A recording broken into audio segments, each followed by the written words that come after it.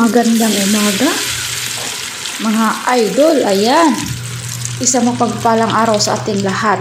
For today's video, ako po ay nagluluto ng kabsa. Ayan guys, lalo na yung mga guys, mga baguhan dito sa Saudi na hindi pa marunong magluto ng kabsa. Paki-watch naman yung ko, mga videos ko paano magluto ng kabsa. Diba? Actually guys, dito ako sa Jeddah, marunong ako magluto ng mga pagkain nila dahil po ang amo ko dito ay tamad magluto. Kahapon nga, first time ko magluto ng warag inap. Yun, first time ko yun. Pero doon sa Damam, hindi ko po yun naluluto dahil yung babae talaga magluto. Lahat ng mga pagkain, siya ang magluto, kamsa. Katulong nila, nag 5 years na lang sa kanila. Hindi marunong magluto dahil yung babae talaga ang tagaluto doon. Ang trabaho lang namin doon, maglaba, magplansya, maglinis, magtulong-tulungan kaming dalawa. Pero guys, dito guys, marunong ako magluto. Bakit? Araw-araw po ako po nagluluto, daily routine ko po. Hindi lang ako makapagluto dito guys pag Friday kasi siya ang magluto. Dahil magluto siya ng special na pagkain, lalo na yung cubes na Pero siya talaga pag Friday kasi nandito po siya. Pag may pasukan kasi may teacher po siya, pumasok po siya.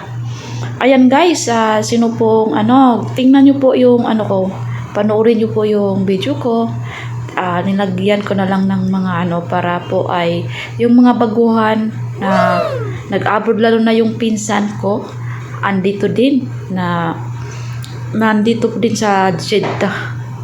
Kami ng amo, kasin kami ng amo. Ayan, panoorin nyo lang po yan kung paano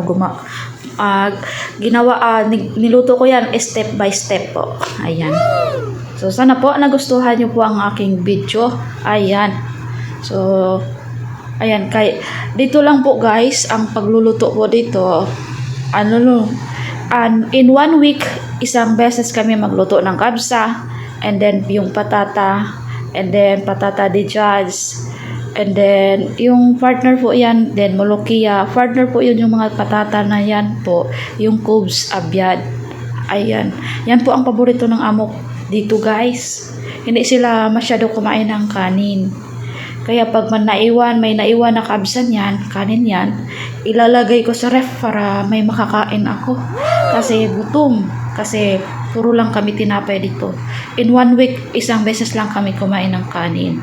Ayan, so ngayon nakaluto na ako ng kanin. Bukas, hindi naman ako magluto ng kanin. So, medyo mataas-taas po itong video ko. Kaya 4 minutes po to. Hindi ko nakaalam ang sasabihin ko. Ayan guys, panoorin nyo po yung mga videos ko. At nakakatulong po ito sa mga baguhan dito sa ibang bansa. Ayan. So, ayan po guys. Siya nga po pala, kung sino po ang gustong magpapa-shoutout dyan, mga active followers, mga friends ko, mga cousin, mga relatives, huwag po kayong mahiya. Lalo na po yung mga digital creator po, mga kasamahan ko, at magpapa-shoutout kayo. Shoutout ko kayo. Ilalagay nyo lang dyan sa comment section nyo kung saan kayo sulok ng mundo para po sa next upload natin ay masa-shoutout ko po kayo. Huwag po kayong mahiya. Ayan po guys, naluto na po yung kabsa. Ayan.